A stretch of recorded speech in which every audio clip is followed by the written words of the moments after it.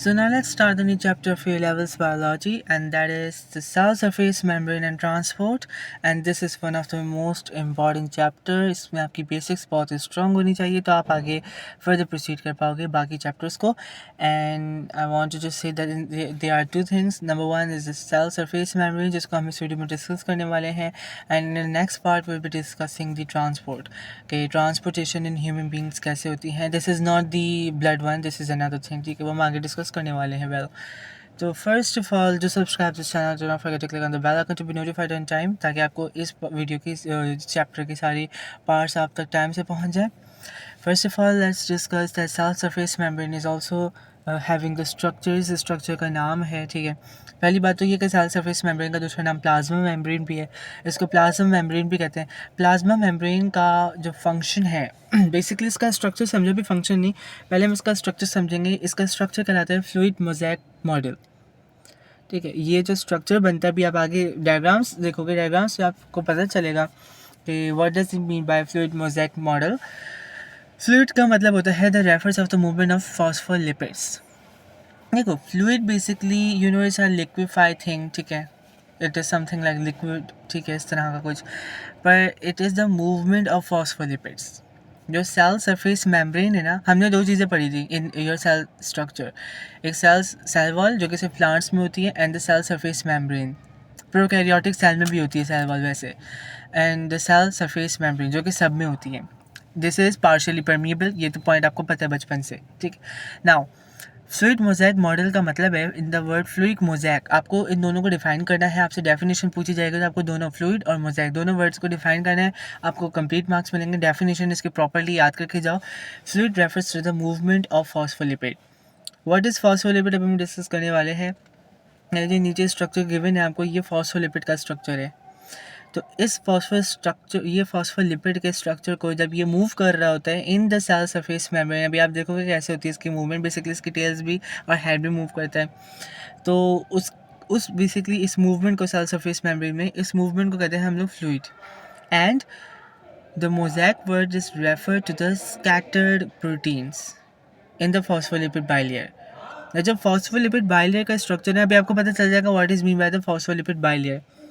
इस phospholipid bilayer के structure में जो स्कैटर्ड प्रोटीन का स्ट्रक्चर है ना, and the glycoproteins of course. Scattered proteins के साथ साथ हमारे पास यहाँ पर ग्लाइकोप्रोटीन्स भी अटैच होते हैं, ठीक है. Glycoproteins which is responsible for the recognition, alright. तो ये जो स्ट्रक्चर है, the scattered proteins with the glycoproteins attach to it, this structure is called the mosaic. Mosaic इस वर्ड को इस तरह से डिफाइन किया गया है. तो that is why we call the cell surface membrane as having the fluid mosaic model. आपको सेल सरफेस मेम्ब्रेन का स्ट्रक्चर पढ़ने के लिए फ्लूइड मोज़ेक मॉडल क्लैरिफाई होना चाहिए. आई होप कि क्लैरिफाई हो गया कि फॉस्फोलिपिड मॉलिक्यूल्स की जो मूवमेंट होती है उसको हम कहते हैं फ्लूइड. और इसी तरीके से with in the scattered proteins, और उसके साथ कभी कभार ग्लाइकोप्रोटीन्स भी अटैच होते हैं, ठीक है, मतलब होते हैं अक्सर, तो उसे हम कहते हैं मोज़ेक स्ट्रक्चर, ठीक है. फ्लूइड मोज़ेक मॉडल ये है बेसिकली. मोज़ेक का मतलब है कि स्कैटर्ड प्रोटीन्स जो होंगे.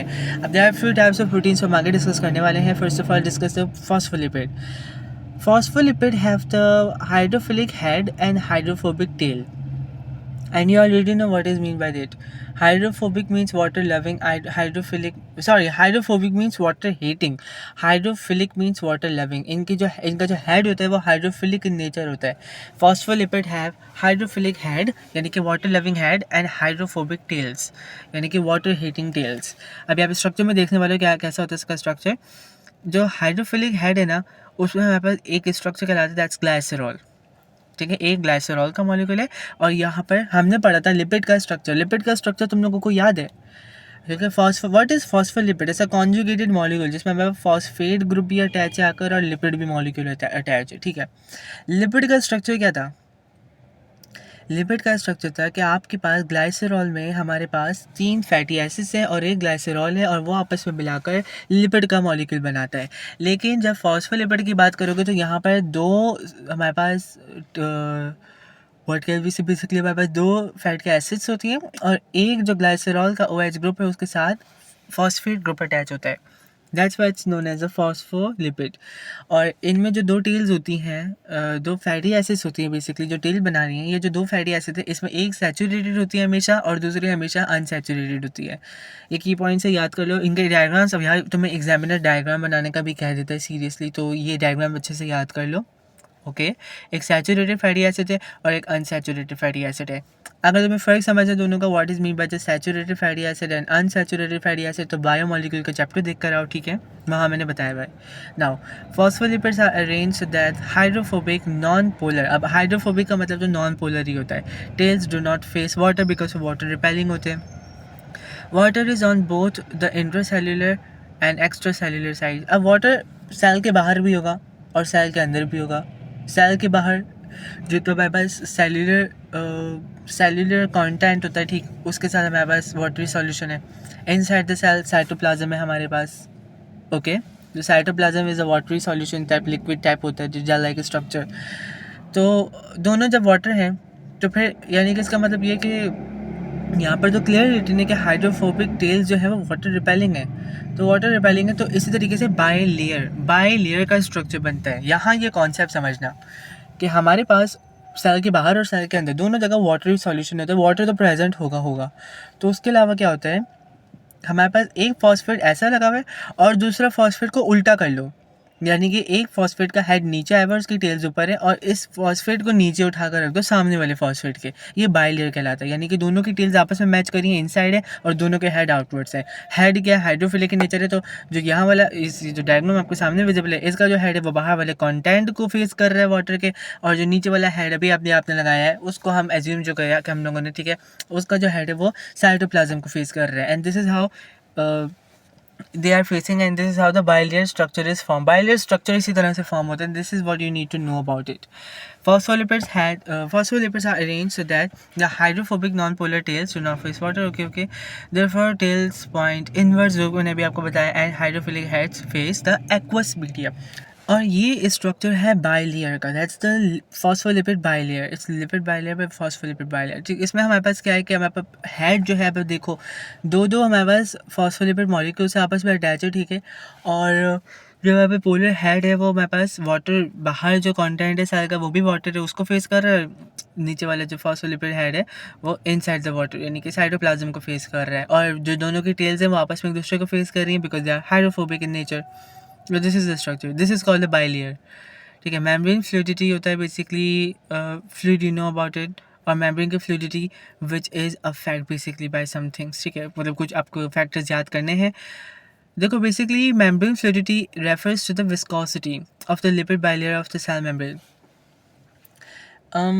उर्दू में बेहतर लफ्ज़ अगर मैं कहूँ तो गाढ़ापन, विस्कोसिटी, या बेसिकली मीन्स द गाढ़ापन, कि वो जो पानी है वो कितना ज़्यादा, आपने देखा होगा बेसिकली वाटर बिल्कुल लिक्विफाई वाली चीज़ है, बिल्कुल भी गाढ़ी नहीं होती, वो वाटर है।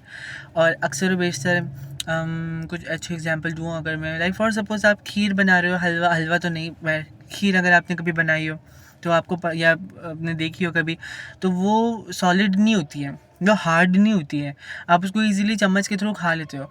वो लिक्विड भी नहीं होती है, लेकिन तो वो that is something you just say कि this is something viscous type कुछ होता है वो। ठीक, तो बेसिकली गाढ़ापन, यानी कि in other words what can I से कि एक वाटर है वो लिक्विड है बिल्कुल, और उसी वाटर को मैंने थोड़ा सा लाइक उसकी फ्लूइडिटी को थोड़ा डिक्रीज़ कर दिया।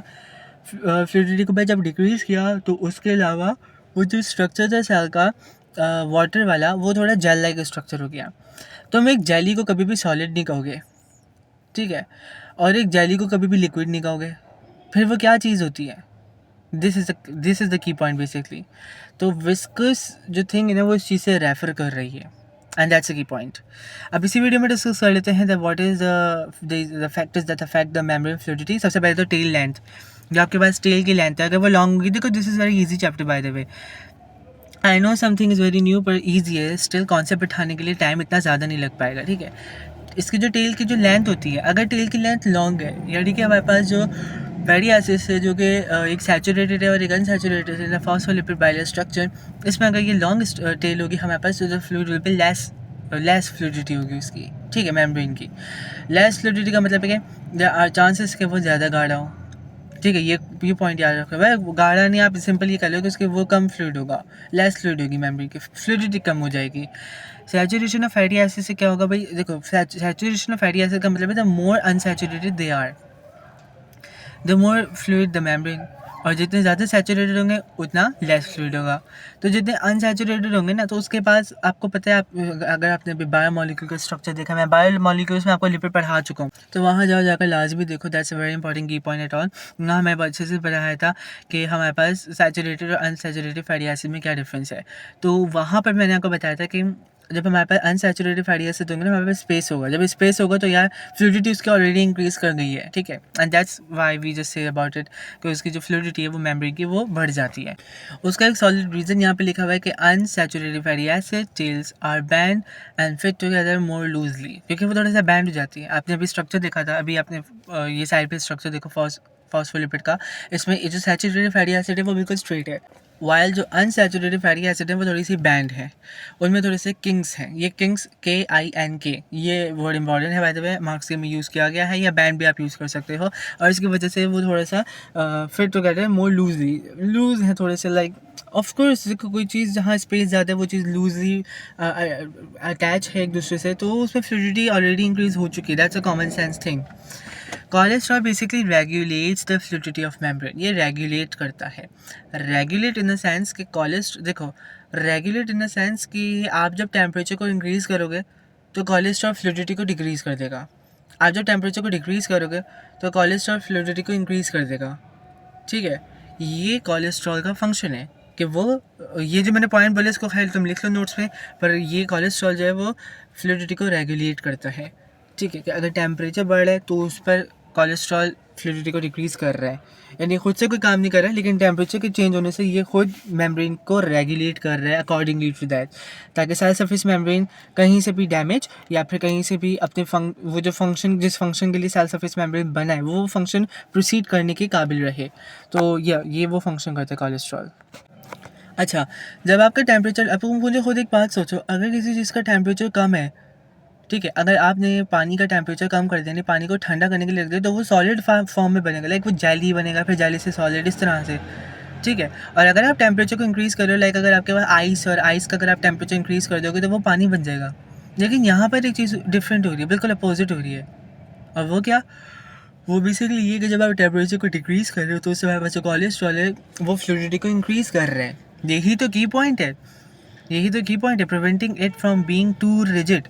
यही तो की पॉइंट है कि हमारे पास जो टेम्परेचर है, जब ये टेम्परेचर लो हो जाता है, यानी कि मौसम ठंडा हो रहा है एरिया का, तो जब मेम्ब्रेन का टेम्परेचर ठंडा हो रहा है तो कोलेस्ट्रॉल जो है वो क्या करेगा, कोलेस्ट्रॉल वो सेल सरफेस मेम्ब्रेन के स्ट्रक्चर को जमने नहीं देगा, उसको रिजिड होने नहीं देगा, सख्त नहीं होने देगा, ठीक है। This is because it prevents close packing of phospholipid tails, ठीक है। ये क्या करेगा, कोलेस्ट्रॉल जो है वो फ्लूइडिटी को इंक्रीज़ कर देगा, उसके गाढ़ेपन को कम कर देगा, ठीक है। उसकी फ्लूइडिटी जब इंक्रीज़ हो जाएगी यानी कि वो पानी ज़्यादा हो जाएगा, ये करना ज़रूरी है। कोलेस्ट्रॉल बेसिकली आप समझ में आया why I was saying that it basically regulates का मतलब है टेम्परेचर के चेंज होने से ये चेंज हो रहा है, और ये चीज़ें करना ज़रूरी भी है, क्योंकि खुद बताओ कि अगर इसका सेल सरफेस मेम्ब्रेन का टेम्परेचर लो होगा तो फिर तो इस तरह से सारी चीज़ें जम जाएंगी, इट वुड बी फ्रीज, तो फिर मॉलिक्यूल्स पास कैसे हो पाएंगे भाई। सेल सरफेस मेम्ब्रेन का क्या फंक्शन है, ट्रांसपोर्टेशन का फंक्शन है ना, कि वो चीज़ों को अलाउ करें इनसाइड आने के लिए या नहीं। ये तो कॉन्सेप्ट तुम्हें पता है already, I don't want to tell you guys about this. तो कोलेस्ट्रॉल क्या करता है, कोलेस्ट्रॉल अब टेम्परेचर बढ़ने से अगर चीज़ें सख्त हो जाएंगी, जम जाएंगी, तो फिर चीज़ें ट्रांसपोर्ट होना बहुत मुश्किल हो जाएगा सेल के लिए, और सेल को ट्रांसपोर्टेशन चाहिए होती है हमेशा, ठीक है। तो क्या करेगा हमारे पास, कोलेस्ट्रॉल उसकी फ्लूइडिटी को इंक्रीज़ कर देगा, अब फ्लूइडिटी को इंक्रीज़ करने के बाद चीज़ें ईजिली पास कर पाएंगी। इसी तरीके से हाई टेम्परेचर कोलेस्ट्रॉल डिक्रीज़ कर देता है फ्लूइडिटी को, क्योंकि देखो ज़्यादा पानी होना भी ज़रूरी नहीं है, यानी कि ज़्यादा लिक्विफाइड चीज़ होना भी ज़रूरी नहीं है, वो अपनी कोलेस्ट्रॉल उसकी फ्लूइडिटी को डिक्रीज़ कर देता है एंड स्टेबलाइजेज द सेल। यानी कि कोलेस्ट्रॉल बेसिकली कर रहा है कि टेम्परेचर को चेंज करने से कोलेस्ट्रॉल उसको स्टेबल करने की कोशिश कर रहा है बाय चेंजिंग द फ्लूइडिटी, तो इस तरह से ये रेगुलेट करता है। Alright, now understand the glycolipids and glycoproteins, इसको भी इस चैप्टर वीडियो में डिस्कस करने वाले हैं हम लोग। Lipid and protein molecules on the outer surface of the cell membrane have carbohydrate chains attached to them forming glycolipids and glycoproteins. ये जो आपको तो ऑलरेडी पता है कि हमारे पास जो लिपिड और प्रोटीन का मॉलिक्यूल्स है, ठीक है, ये आपस में ग्लूकोज के साथ अटैच होते हैं to make the structure glycoprotein या ग्लाइकोलिपिड। और ये आपके सेल्स जो भी सेल होता है, ठीक है, उसके साथ carbohydrate chain basically means about the glucose one that was saying glycolipid means glucose plus lipids and glycoprotein means glucose plus protein. तो ये आपके सेल के सरफेस पर अटैच होते हैं। इसका फंक्शन होता है रिकॉग्निशन का, यानी रिकॉग्नाइज करना, कोई भी आ रहा है तो उसको पहचान रहा है, एंटेना की तरह वर्क करता है। This carbohydrate chain projecting out like antenna, antenna की तरह वर्क करता है। एंटेना क्या करता है, बेसिकली डिटेक्ट करता है किसी चीज़ को कि क्या चीज़ आ रही है मेरे पास, ये क्या चीज़ है, ठीक है, डिटेक्शन करता है, रिकॉग्नाइज करता है। यप, और उसके अलावा stabilizes the membrane structure by forming hydrogen bond with water molecules surrounding the cell। Cell के साथ जो है वो जो वाटर जो सेल के सराउंड में होता है, ठीक है, उनके साथ हाइड्रोजन बॉन्ड बना रहता है। देखो जितने भी हमारे पास सराउंडिंग में, अब वो मे बी साइटोप्लाज्म हो, मे बी वो सेल का साइटोप्लाज्म हो, ठीक है, या फिर मे बी वो किसी और चीज़ का साइटोप्लाज्म हो, या वाटरी सॉल्यूशन एक्वस मीडियम, उसके साथ क्या करता है, वाटर मॉलिक्यूल के साथ ये हाइड्रोजन बॉन्ड बना लेता है। हाइड्रोजन बॉन्ड बनाने के लिए ये हाइड्रोजन बॉन्ड बनाएगा तो ये जो कार्बोहाइड्रेट चेन्स हैं ये स्टेबल हो जाती हैं, मज़ीद स्टेबल, क्योंकि हर चीज़ अपने आप को स्टेबिलिटी की तरफ गो थ्रू करने की कोशिश करती है, ठीक है। Glycocalyx is basically something you need to know about it, और ये बहुत इंपॉर्टेंट है बाय द वे। हाँ, ये बहुत इंपॉर्टेंट है। सिग्नलिंग रिसेप्टर्स, एंडोसाइटोसिस, बहुत बहुत इंपॉर्टेंट चीज़ है। आई डोंट थिंक सो कि इस चैप्टर में मैं कुछ कह सकता हूँ कि जो भी मैंने अभी कुछ बोला उसमें एक भी चीज़ मैंने फजूल बोली हो। यप, और अगर आपको लग रहा है मैंने फजूल बोली है, so just open the past papers and see what I said, ठीक है। नाउ ग्लाइकोकैलिक्स हमारे पास बेसिकली से sugary cell coating form by carbohydrate chain. ये शुगरी सेल है, ठीक है, coating form by the carbohydrate chains. जो शुगरी सेल का कोट होता है ना, कोट क्या होता है बेसिकली, आप किसी चीज़ पे कोई चीज़ कोट कर रहे हैं। अभी हम लोग इन द सेल स्ट्रक्चर हम लोग चैप्टर कोटिंग का पढ़ा है, कोटिंग को हमने थोड़ा बहुत समझा।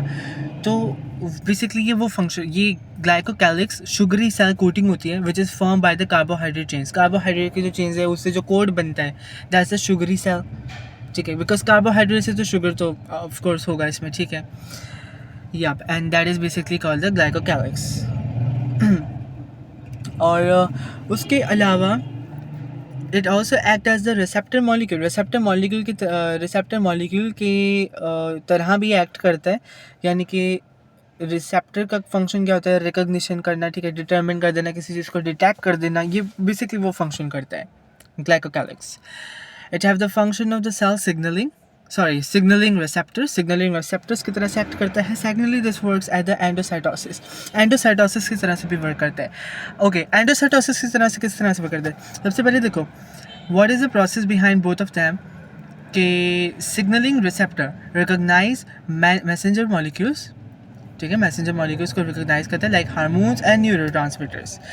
जिससे हमारे पास बॉडी में न्यूरोट्रांसमीटर होते हैं और हमारे पास हार्मोन्स होते हैं, ठीक। तो ये जो जब हार्मोन्स आप एक सेल से किसी और सेल में पहुंचा रहे हो जैसे कि ज़रूरत होती है, या न्यूरोट्रांसमीटर, अभी आप आगे और पढ़ोगे, बहुत ज़्यादा पढ़ना है आपको इसके बारे में। A2 तो ये पूरा A2 के लिहाज से this chapter is very important. AS के लिहाज से तो है, A2 के लिहाज से भी है, तो ये तो भाई बहुत इंपॉर्टेंट चैप्टर है बाय द वे। तो सेल्स सिग्नलिंग रिसेप्टर बेसिकली ये फंक्शन करता है आपके पास कि ये रिकॉग्नाइज करता है मैसेंजर मॉलिक्यूल्स को। मैसेंजर मॉलिक्यूल्स वो मॉलिक्यूल्स जो कि मैसेजेस लेकर आ रहे होते हैं, लाइक हार्मोन्स जो कि मैसेज दे रहा होता है कि भाई ये काम करो वो काम करो, न्यूरोट्रांसमीटर जो कि सिग्नल्स दे रहा होता है कि ये काम करो वो काम करो। ये बेसिकली सिग्नलिंग रिसेप्टर्स को रिकॉग्नाइज करते हैं, ठीक है, सॉरी, मैसेंजर मॉलिक्यूल्स को रिकॉग्नाइज करते हैं, ये सिग्नलिंग रिसेप्टर्स हैं। रिसेप्टर का एक फंक्शन यहाँ कर लो, ये डिटेक्ट करता है, ये रिकॉग्नाइज करता है, ठीक है। Signaling referring to the messenger molecules, जितने भी मैसेंजर मॉलिक्यूल सिग्नल्स लेके आ रहे हैं ये उनको रिकॉग्नाइज करता है, ये रिसेप्टर्स कहलाते हैं। प्लस एंडोसाइटोसिस का फंक्शन करता है it bind to the molecule to be engulfed by the membrane.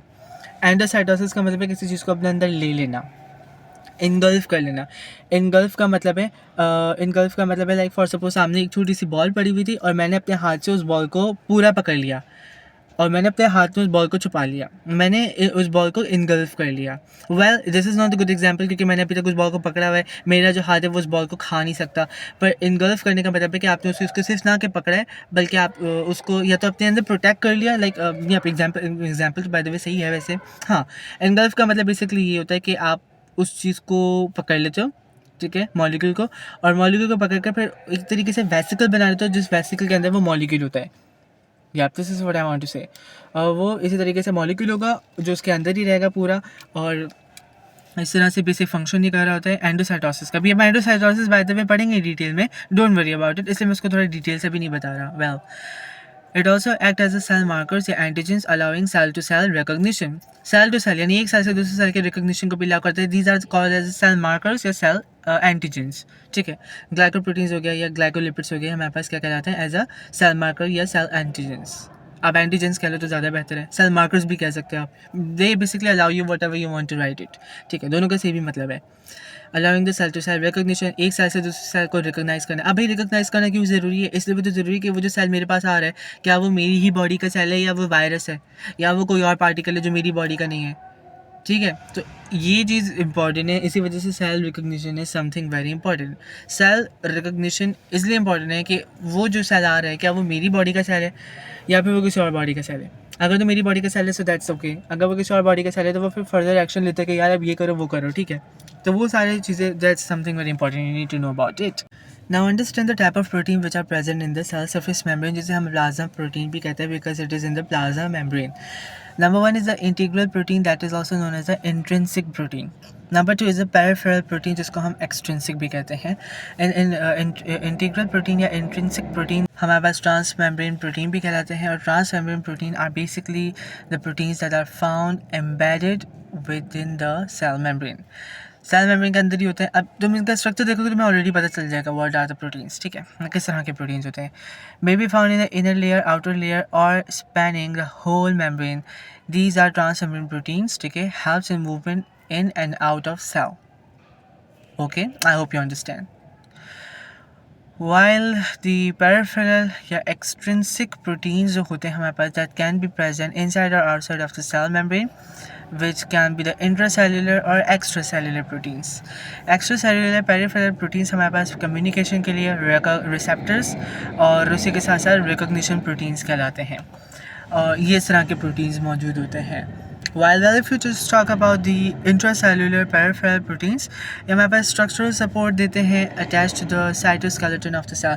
Cell के cytoskeleton में भी जो cells हैं ये आपस में मौजूद होते हैं, और सेल का basically cytoskeleton यानी कि basically वो जो structure होता है आपका ये cell membrane का, ये cytoskeleton कहलाता है, और उसको जो basically help ये देते हैं the intracellular peripheral proteins inside the cell surface membrane होते हैं, उसको स्ट्रॉन्ग और मेंटेन रखते हैं, and this is responsible for the cytoskeleton which is attached to the cytoskeleton of the cell.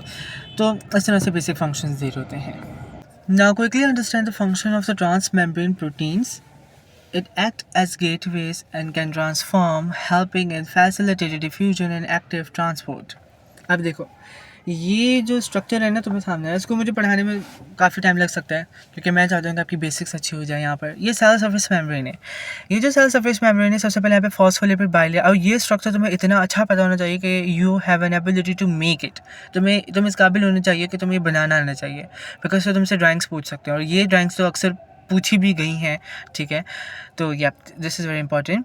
Phospholipid यहाँ पर गिवन है, ठीक है, and that is a bilayer, phospholipid bilayer structure. इसी बाइलेयर में एक पेरिफेरल प्रोटीन आपको दिखाया हुआ है, that's in the dark purple colour में भी। अब हाँ, तो ये इस तरह से आपको गिवन है। पेरिफेरल प्रोटीन हमारे पास ये स्ट्रक्चर कहलाता है जो कि सेल की दोनों साइड से आउट नहीं निकल रहा, एक ही साइड से बाहर निकल रहा है सेल के, ठीक है। अब या तो ये ऊपर हो सकता है या ये नीचे हो सकता है, ठीक है। Then we are having the two integral proteins. ये जो इंटीग्रल प्रोटीन्स है ना, मैंने आपको बताया था कि ये सेल के ऊपर नीचे मतलब आउटसाइड पे निकले हुए होते हैं, दोनों साइड पे, ठीक है। इनसाइड भी हैं लेकिन आउटसाइड भी निकले हुए होते हैं, यानी कि पूरा सेल सरफेस मेम्ब्रेन को कवर कर रहे हैं, पूरी जो फॉस्फोलिपिड बाइलेयर है ना उसको कवर कर रहे हैं। और ये दो किस्म के होते हैं हमारे पास। Number one is the channel protein, number two is the carrier protein. Channel protein का फंक्शन कुछ और है, कैरियर प्रोटीन का फंक्शन कुछ और है। चैनल प्रोटीन के फंक्शन, चैनल प्रोटीन और कैरियर प्रोटीन में तुम एक और स्ट्रक्चर देख सकते हो। कैरियर प्रोटीन एक जगह से खुला हुआ है, दूसरी जगह से बंद है। फिर क्या होगा, ये इस तरह करके दूसरी जगह से खुल जाएगा, फिर पहली जगह से बंद हो जाएगा, फिर वापस से पहली जगह से बंद होकर दूसरी जगह से खुल जाएगा, एंड फिर वापस से पहली जगह से बंद होकर दूसरी जगह से खुल जाएगा। लेकिन हमारे पास जो चैनल प्रोटीन है, ये चैनल प्रोटीन बिल्कुल स्ट्रेट है, स्ट्रेट पाथ फैला कर है। मॉलिक्यूल वहाँ से एंटर हुआ, सीधी सीधी लाइन से बाहर निकल के गुजर गया, that is the channel protein. अभी इनका हम स्ट्रक्चर समझेंगे आगे डिटेल में। वाइल हमारे पास अगर आप फॉस्फोलिपिड बाइलेयर का स्ट्रक्चर बता चुका हूँ, ठीक है। And we are also having a glycoproteins. अब देखो ग्लाइकोप्रोटीन्स कहाँ पर अटैच होते हैं, पेरिफेरल प्रोटीन्स के पास ग्लाइकोप्रोटीन्स आपस में अटैच होते हैं, ठीक है। एंड यप, सो ये स्ट्रक्चर थोड़ा सा इंपॉर्टेंट है। You can also just see where is the cholesterol located, that is the basically fundamental key point. और यहाँ पर फॉस्फोलिपिड बाइलेयर मॉलिक्यूल के दरमियान आपको एक ही कोलेस्ट्रॉल मॉलिक्यूल दिखाया हुआ है, पर यहाँ पे बहुत सारे कोलेस्ट्रॉल होते हैं। ऑफ कोर्स ये तो सिर्फ एक सिंगल इंडिविजुअल पार्ट है जहाँ को लोकेशन बताई हुई है, इसी जगह पर आगे फर्दर कोलेस्ट्रॉल मॉलिक्यूल्स मौजूद होते हैं। So till that is over here. अभी इस स्ट्रक्चर को पॉज करो, वीडियो को खुद ही डायग्राम बनाओ। मैं चाहता हूँ तुम अपने नोट्स में इस चीज़ को बनाओ ताकि तुम्हें समझ में आए, क्लियरफाई हो सको, और एग्जाम में पूछा जाए तो फिर वहाँ घबराओ नहीं। I'll see you in the next video. Do subscribe to the channel. Do not forget to click on the bell icon to be notified on time. I'll see you in the next video. Till that, take care.